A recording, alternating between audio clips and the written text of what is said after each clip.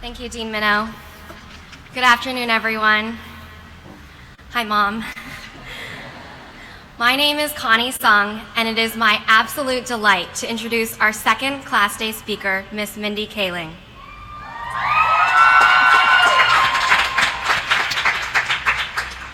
Miss Kaling, a native of right here in Cambridge and a graduate of Dartmouth College, is a comedic powerhouse.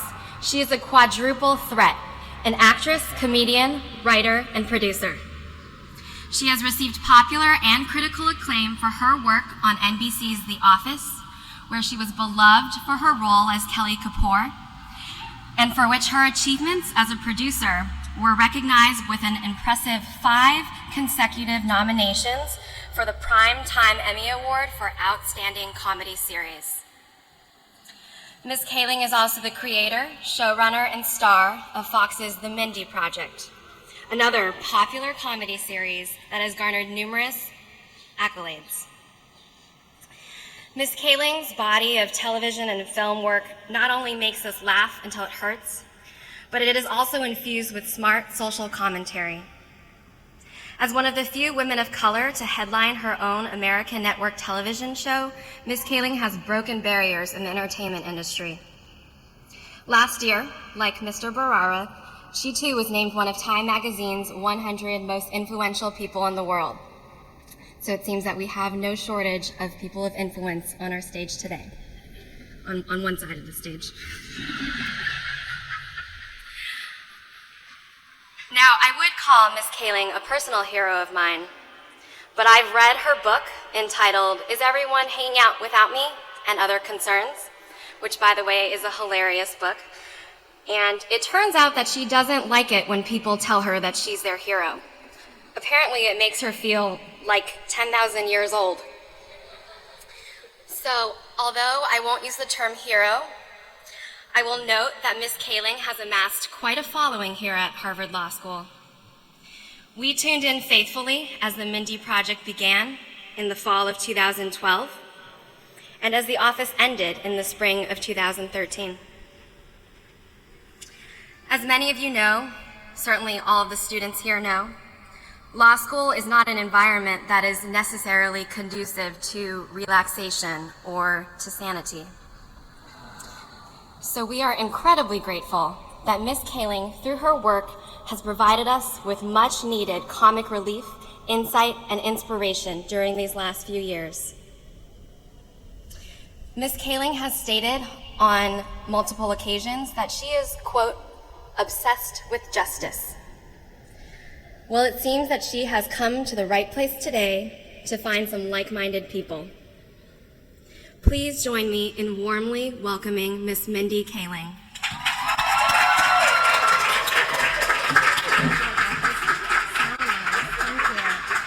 Thank you, Connie. Good afternoon, everybody.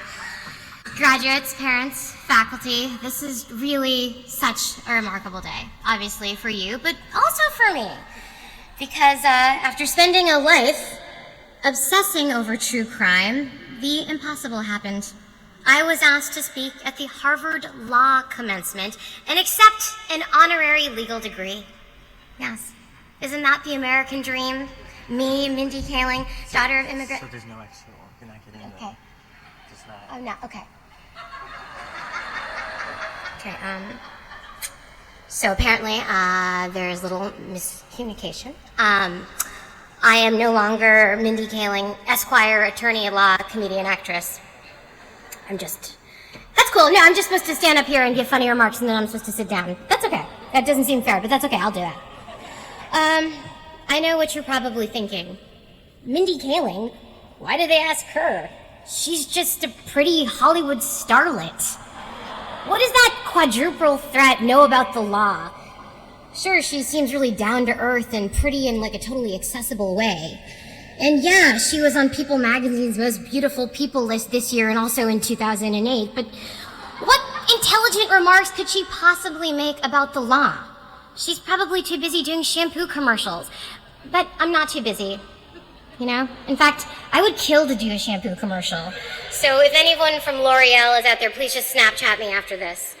But, I'll have you know, I do know a ton about the law because I sue everybody. And excuse me, there is a burger named after me at Bartley's, okay? And they've guaranteed me that it is going to be there until another tertiary member of the cast of The Office gets their own TV show. And they don't just name burgers after anyone there. Noted chef Guy Fieri has one. Noted drunk driver Justin Bieber has one. Okay, so that's pretty good company. Thank you. Look, I get it. On the surface, it would appear that I am an unconventional choice to speak here today. To be honest, I don't know much about the law. I graduated in 2001 from Dartmouth College. Thank you. An academic, that man is a drunk. An academic institution located in lawless rural New Hampshire, where when you arrive, you are given a flask of moonshine and a box of fireworks, and you are told simply to, quote, go to town. Except there is no town. There is only a forest and a row of fraternity houses that smell like urine. Actually, little known fact, Dartmouth has a law school. It's just one semester, and its coursework is entirely centered on how to beat a DUI. But I am not here to extol the virtues of the Dartmouth Red Bull School of Law. I'm here to talk to you. So, even though I have no idea why I was asked to speak here today, I prepared this speech very carefully, the way that any good Dartmouth-educated graduate would. I drank a 40 of Jägermeister. Then I called my dad to see if he would get me out of it. He's here today. He could not get me out of it. So I tried to hire a college freshman to write it for me in exchange for a $200 gift card to Newbury Comics. That didn't work out. Finally, seeing that I absolutely had to do this and couldn't get out of it, rolled up my sleeves, sat down at my computer, and tried to buy a commencement address off of movingcommencementspeeches.com. My credit card was declined, so I had to write the thing myself, and here we are today. There are many, many distinguished speakers who have spoken here today. I am sharing the stage with Preet Bharara, U.S. Attorney for the Southern District of New York. We've heard what a great guy he is. In 2012, he was named by Time magazine as one of the 100 most influential people in the world, which apparently they're just giving out. According to Time, he has battled terrorism, as evidenced by his conviction of the Times Square bomber. He's crippled international arms dealers, drug traffickers, and dealt with financial fraud. Clearly, Harvard wanted you to see the full range of what India can produce here. Mr. Bharara fights finance criminals and terrorism. I meet handsome men in cute and unusual ways on television. And next season, my character might get a pet puppy. So, is one more important than the other? Who can say? Dean Martha Minow is here. She has fought for women, families, refugees, and is a champion for education. She has published over 15 books, such as Not Only for Myself, Identity, Politics, and Law. Dean Minow and I have a lot in common. I too wrote a book, as you know. It was called Is Everyone Hanging Out Here Without Me? You can buy it right around the corner at Urban Outfitters, next to a book called The Marijuana Chef's Cookbook. So, I digress. I digress right now. What I really wanted to say is that I am extremely honored to be with such a spectacular gathering of very smart and dedicated people. This graduating class has 3 Rhodes Scholars, 11 Fulbright Scholars, and 4 members of the Peace Corps. This group before me is bristling with ambitious young people, many of whom have already started charities and philanthropic organizations. And now, with this diploma in hand, most of you will go on to the noblest of pursuits, like helping a cable company acquire a telecom company. You will defend BP from birds. You will spend hours arguing that the well water was contaminated well before the fracking occurred. One of you will sort out the details of my prenup. A dozen of you will help me with my acrimonious divorce. And one of you will fall in love in the process. I'm talking to you, Noah Feldman. And let's be honest, Harvard Law is the best of the Harvard graduate programs, okay? I can say this, we're amongst friends, okay? The business school is full of crooks. The divinity school is just a bunch of weird virgins. The School of Design is like European burnouts. And don't get me started on the Kennedy School. What kind of degree do you get from there in public policy? Okay, right, you mean a master's in boring me to death at a dinner party. I'm sorry, let's just be honest. The med school is just a bunch of nerdy Indians. I can say that, by the way. Hey, the Preet can say that. The rest of you, you're out of line. That is racial, how dare you. But I digress again. I think I'm just really excited to be here. The real reason I am here is, as Connie said, I am obsessed with justice. Not so much with the law, but with justice. Actually, in my mind, law is that pesky thing that often gets in the way of justice. I believe in the Clint Eastwood school of the law. An eye for an eye? I don't think so. That solves nothing. You take my eye, I take your life, my friend. Okay? In a duel, Aaron Burr style. I don't want your stupid eye. For what, my eye collection? You're dead. Okay? Yes, duels are the first thing that you learn when you enter my graduate program, the Harvard School of Vengeance. But that is not what I came here to talk to you about. That's for the reception after. We can talk about that more. The Harvard Law School crest, which you can see in front of you, has the word veritas, which means truth in Latin.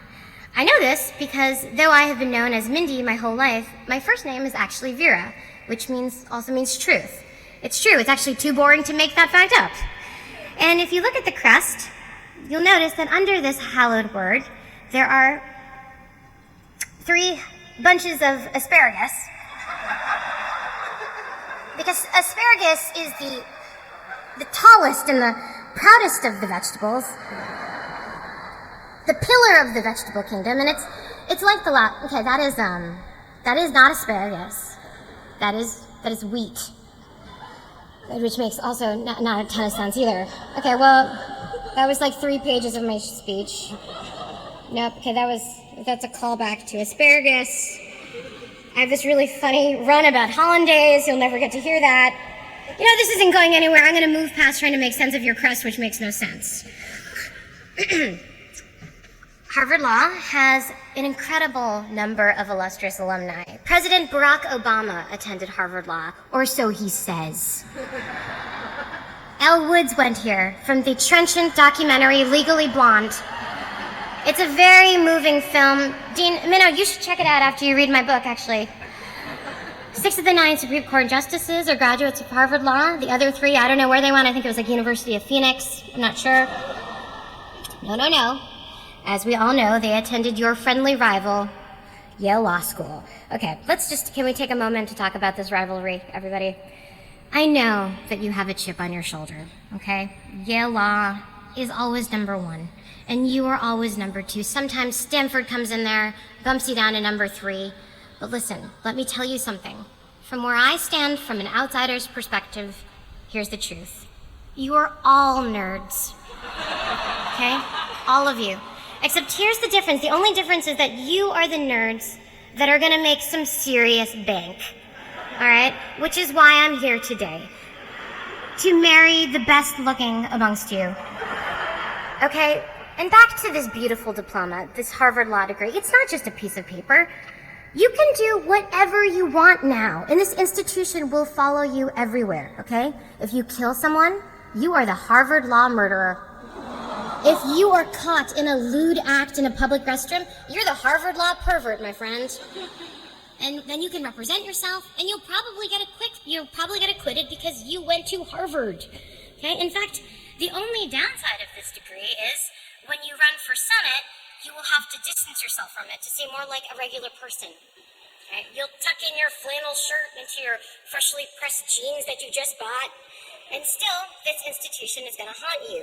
No matter how many diners you eat at, no matter how many guitar solos you do with Rascal Flatts, you are Harvard to the grave. You won't be able to buy a pickup truck rusty enough to distance yourself from this place. All right? Mitt Romney, he preferred to be known as the Mormon guy to distract himself from his Harvard past.